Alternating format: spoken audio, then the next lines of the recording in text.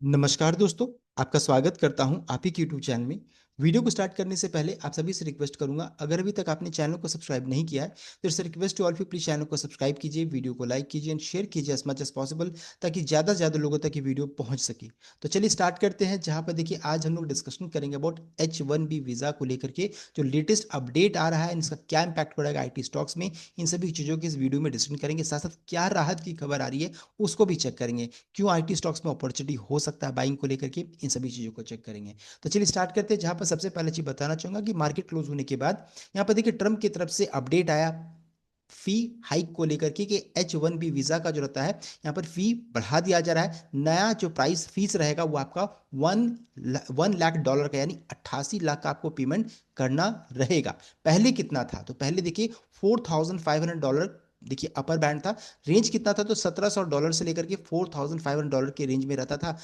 तो समझ सकते हैं लगभग 22 टाइम्स से ज़्यादा यहाँ पर बढ़ गया ये प्राइस। तो इस कारण से पूरा क्योस क्राइसिस पूरा हो गया कि अब क्या होगा, इतना बढ़ जाएगा तो फिर कैसे काम चलेगा, ऐसी पूरी अफरा तफरी मची हुई थी।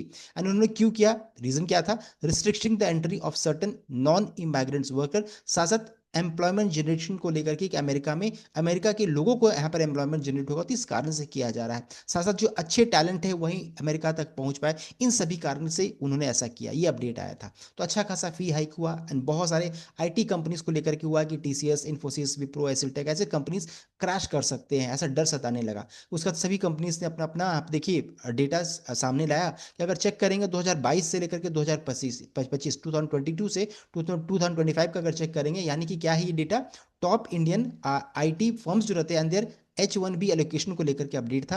अगर चेक कीजिएगा तो 2022 में TCS का 9,981 का था, जो घट करके 5,505 हो गया। पिछले साल से हालांकि थोड़ा बढ़ा है, लेकिन अगर 4 साल में कंपेयर कीजिएगा तो 44.85% का गिरावट है। इन्फोसिस में चेक कीजिएगा तो देख सकते हैं 7,115 से घट करके 2004 हो गया, यानी 71.83% का गिरावट है। विप्रो में चेक कीजिएगा तो 32.97, एचसीएल टेक में 42.97, टेक महिंद्रा में 18.23। एलटीआई एंट्री में देखिए बढ़कर आ रहा है, ये एलटीआई एंट्री के लिए हो सकता है थोड़ी सी नेगेटिव अपडेट होते, कल स्टॉक को ध्यान में रखिएगा, इसको ध्यान में रखकर कोई भी ट्रेड इनिशिएट कीजिएगा। पर्सिस्टेंट सिस्टम में 45% की गिरावट है, एम्फेसिस में 27.23, तो देख सकते हैं टोटल चेक कीजिएगा तो 43.79। तो यहाँ पर देखिए ये अगर चेक करेंगे एलोकेशन तो घट ही रहा है, तो यहाँ पर ये अच्छी चीज पहले से हो रही थी, ये चीज अच्छा था यहाँ पर। साथ ही साथ एक और चीज था कि additionally this firm said they now have 20% to less than 50% dependency on H1B visas to deploy workforce in their core market North America. तो सभी कंपनीज ने अपना अपना डेटा दिया कि उतना ज्यादा भी इंपैक्ट नहीं पड़ेगा, लेकिन ऐसा माना जा रहा था कि अगर ऐसा हुआ तो मार्जिन में एंड फाइनेंशियल इंप्लीकेशन आ सकता है। नेक्स्ट रिजल्ट में आपको ये डेटा दिखता, लेकिन अब देखिए कुछ राहत की खबर यहाँ पर देखने को मिल रही है। यहाँ पर देखिए बताया जा रहा है कि H1B वीजा जो फीस जो चार्ज होने की बात हो रही थी $1 लाख का, is a one time payment. Existing shoulder उनको चार्ज नहीं देना रहेगा, तो existing shoulder won't be charge, says white house, ये अपडेट आ रहा है। एक बार का पेमेंट है, एग्जिस्टिंग शोल्डर को नहीं, एग्जिस्टिंग जो है एग्जिस्टिंग जो होल्ड करते हैं उनको देना नहीं पड़ेगा। यहाँ पर देखिए ऑफिशियल यहाँ पर स्टेटमेंट आ रहा है, to be clear this is not an annual fee, it is one time fee that applies only to the petition. सभी को क्या लग रहा था कि हर बार जब भी एनुअल फी जमा करना रहेगा तो हर साल उनको इतना पेमेंट करना रहेगा, लेकिन क्लैरिटी आ गया कि एनुअल फीस नहीं है, एक बार जब आप स्टार्ट कीजिएगा उसमें आपको पेमेंट करना रहेगा।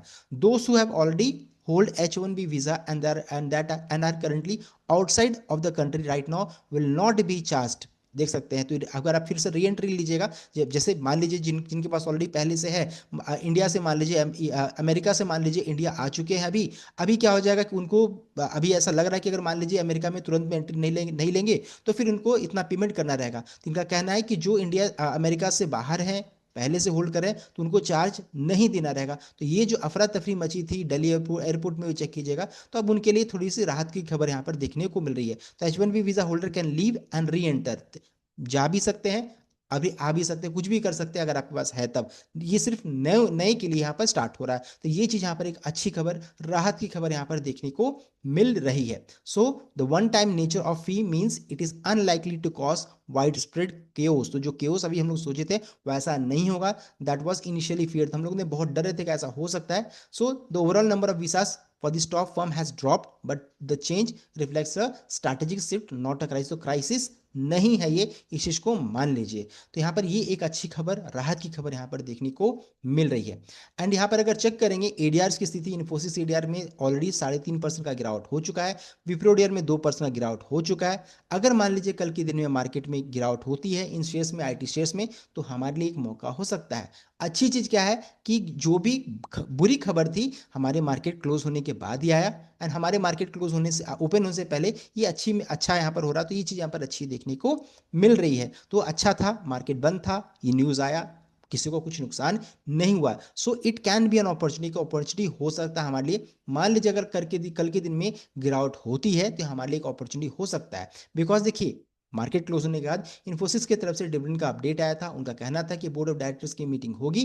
तो यहाँ पर होने वाली है कब, 15 एंड 16 अक्टूबर को यहाँ पर मीटिंग हुई, जहाँ पर कंपनी अपना रिजल्ट का एंड साथ साथ यहाँ पर देखिए डिविडेंड का अनाउंसमेंट करने वाली है। कब अनाउंसमेंट होगा, तो 2 दिन मीटिंग होगी, लेकिन 16 अक्टूबर को यहाँ पर अनाउंसमेंट आएगा। तो ये चीज यहाँ पर अच्छी है। बाय एंड डिप की स्ट्रैटेजी से छोटा छोटा निवेश एसआईपी की तरह निवेश करने से यहाँ पर लॉन्ग टर्म में पैसा बन सकता है। एक तो डिविडेंड का ट्रिगर है ही, साथ ही साथ बायबैक का भी ट्रिगर है। यहाँ पर बायबैक का भी कंपनी ने अनाउंसमेंट किया है। बायबैक का जो प्राइस है 1800 रुपीज का, 1800 रुपये प्रति शेयर में कंपनी खुद के शेयर को बाई कर रही है। अभी एंटाइटल रेशियो वगैरह का अनाउंसमेंट नहीं हुआ है, ना ही कंपनी ने रिकॉर्डेड का अनाउंसमेंट किया है। बस इतना ही है कि 1800 रुपये का इशू का प्राइस है, 18,000 करोड़ का इशू का साइज है, एंड साथ साथ ये टेंडर ऑफर के थ्रू ये किया जा रहा था। ये पूरा अपडेट यहाँ पर कंपनी की तरफ से ऑलरेडी आ चुका है। तो इन सभी चीजों को ध्यान दीजिएगा। यहाँ पर अगर गिरावट होती है तो एक अपॉर्चुनिटी हो सकता है। अब पूरा डिटेल वे में आप इसको यहाँ पर चेक कर सकते हैं। एंड उसके अलावा जो रहता है टीसीएस एंड विप्रो को लेकर के भी अपडेट यहाँ पर आ रहा है। एनालिस्ट ब्रोकरेज की तरफ से अपडेट है कि यहाँ पर ये दोनों कंपनी जो रहता है कुछ ना कुछ बड़ा अपडेट अनाउंसमेंट कर सकती है। टीसीएस तो हर क्वार्टर में डिविडेंड अनाउंसमेंट करती है, यहाँ भी कुछ बड़ा अपडेट आ सकता है। तो यहाँ पर मैं क्या करूंगा, मैं यहाँ पर बाय एंड डिप की स्ट्रैटेजी से काम करने वाला हूँ। छोटा छोटा एसआईपी की तरह निवेश करूंगा तो लॉन्ग टर्म यहाँ पर पैसा बन सकता है। सो ये एक अपॉर्चुनिटी हो सकता है। मैं आपको कोई बायर से रिकमेंडेशन यहाँ पर नहीं दे रहा हूँ। सो ये था कंप्लीट अपडेट। आई होप आपको वीडियो अच्छा लाइक कीजिएगा, शेयर कीजिएगा, चैनल को सब्सक्राइब कीजिएगा। Thank you.